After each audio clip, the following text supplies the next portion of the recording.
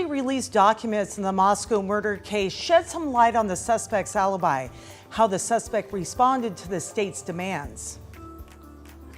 We finally have a day of some cooler weather for this Tuesday, as we'll be tracking that for at least a couple days before the heat up returns. Okay, and we are 1 week away from primary elections, and we are breaking down the latest on voting, candidates, and open positions as the city is getting closer to making a vote. Hi everyone, so good to see you. I'm Laura Papetti, and we begin with some news just into our newsroom this afternoon. KREM 2 has received the Moscow murder suspect's response for an alibi from the state of Idaho. According to the suspect said he could not have committed the crime of which he is accused because he was not in Moscow at the time of the murders. The suspect's attorney also wrote that Bryan Kohberger stands firm on his right to remain silent. Kohberger is currently in jail as the suspect in the murders of 4 University of Idaho students. The suspect's trial is scheduled to begin on October 2nd this year. And we are just 1 week away from the Spokane County primary election, and there's a lot on the ballot this year. So our Nicole Hernandez went to the Spokane County election office to find out everything we need to know to cast our vote. Washington State's primary election is just a week away from today, so I want to go over some of the things and people you'll be voting for on your ballot this time around. The big race we've been talking about is the Spokane mayoral race. So in Spokane, voters will decide who will be on the ballot for the Spokane mayor race in the general election. Current Mayor Nadine Woodward is facing off against Lisa Brown, Tim Archer, Patrick McCann, and Kelly Stevens.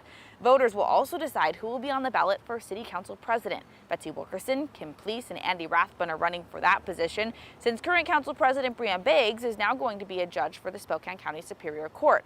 By now, most voters should have received their ballots in the mail. All you need to do is fill it out and get it in a drop box or postmark in the mail by 8 p.m. on election night. But if you have not gotten your ballot in the mail, don't worry, you still have plenty of time. You can head to any voter service center across the county to update your voter registration, get a replacement ballot, or get your questions answered. The 2 voting service centers in Spokane County are the Center Place Event Center or the Elections Office here in Spokane. That's where I'm at today, just north of downtown here at the Elections Office. But if you're interested in more detailed information about what you're voting for during this primary election, you can text the word VOTE to 509-448-2000. We'll send you a link to our KREM 2 voter guide. In Spokane, Nicole Hernandez, KREM 2 News. All right, thank you, Nicole. And as she just mentioned, voters will be deciding which candidates appear on the general election ballot coming up in November. Now, regardless of party affiliation, all candidates appear in a single group on the ballot. This is because Washington is what's called a top 2 primary state, and the 2 candidates, regardless again of party, who collect the highest number of votes advance then to the general election on Tuesday, November 8th. So it is possible there won't be both a Democrat and a Republican in each race.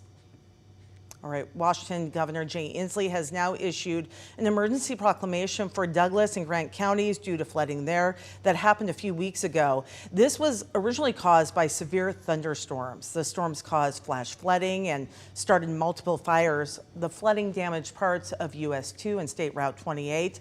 The emergency proclamation will help provide people in these counties with emergency resources and really work to alleviate some of the impacts by that flooding.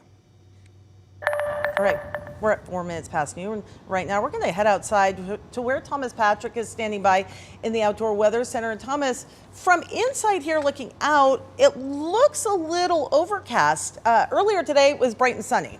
Yeah, these clouds have been a bit pesky so far today, and at the moment, I'd say we call this mostly cloudy. The sun just finding a little bit of blue sky directly above my head here. Yeah, some decent cumulus clouds at multiple layers of the atmosphere. The traditional cumulus clouds, alto cumulus for mid-level atmosphere, and cirrocumulus for upper level atmosphere. All that mixing together, giving us a fair bit of cloud cover, but again, the sun just kind of coming out and peeking out at times. 71 right now, a decently pleasant day, very comfortable this afternoon. I don't think anyone's running the air conditioning just yet. But as we look at their satellite imagery, it is finding a little bit of this cloud cover. I dare say it might be trying to precipitate in some areas, but I don't think these cloud bases are quite low enough to really warrant any kind of meaningful precipitation for today. So I do think the cloud cover might stick around for a couple more hours, but our model is optimistic that we will get some sunshine, but it'll be a very comfortable day, a little bit on the breezy side, but enjoy a day like today because by next weekend, might feel like the previous weekend with temperatures returning to the 90s in our long-term outlook. All right, my friend, thank you. Taking a look at this next story, it may add a few minutes to your morning or evening commute. The TJ Meanock Bridge is closing for 5 days. This is for construction, and it begins next Monday, July 31st. The city recommends planning ahead and adding about 10 to 15 extra minutes of travel time to your commute in both directions if you indeed usually take the TJ Meanock Bridge. The bridge is expected to wrap up the construction, be done at the end of August. All around the Northwest, almost 1,500 small businesses in Washington are receiving grants totaling $79 million. This is to help them recover from the COVID pandemic, of course, the heavy impact on businesses. The grants will be provided by the Washington State Department of Commerce. In Spokane, several downtown businesses and restaurants received this grant. Our focus is on providing business development support, making sure that businesses have the support to build resiliency, and also we are funding festivals and events across the state. So the Department of Commerce said it reached out specifically to businesses that had not originally received COVID relief funding. The city of Issaquah is celebrating becoming what is called the first Washington state LEED Gold status. That is for its sustainability and green building standards. So LEED itself, L-E-E-D, stands for the leadership in energy and environmental design. It is the world's most widely used green building rating system. Issaquah has 200,000 trees compared to about 40,000 people.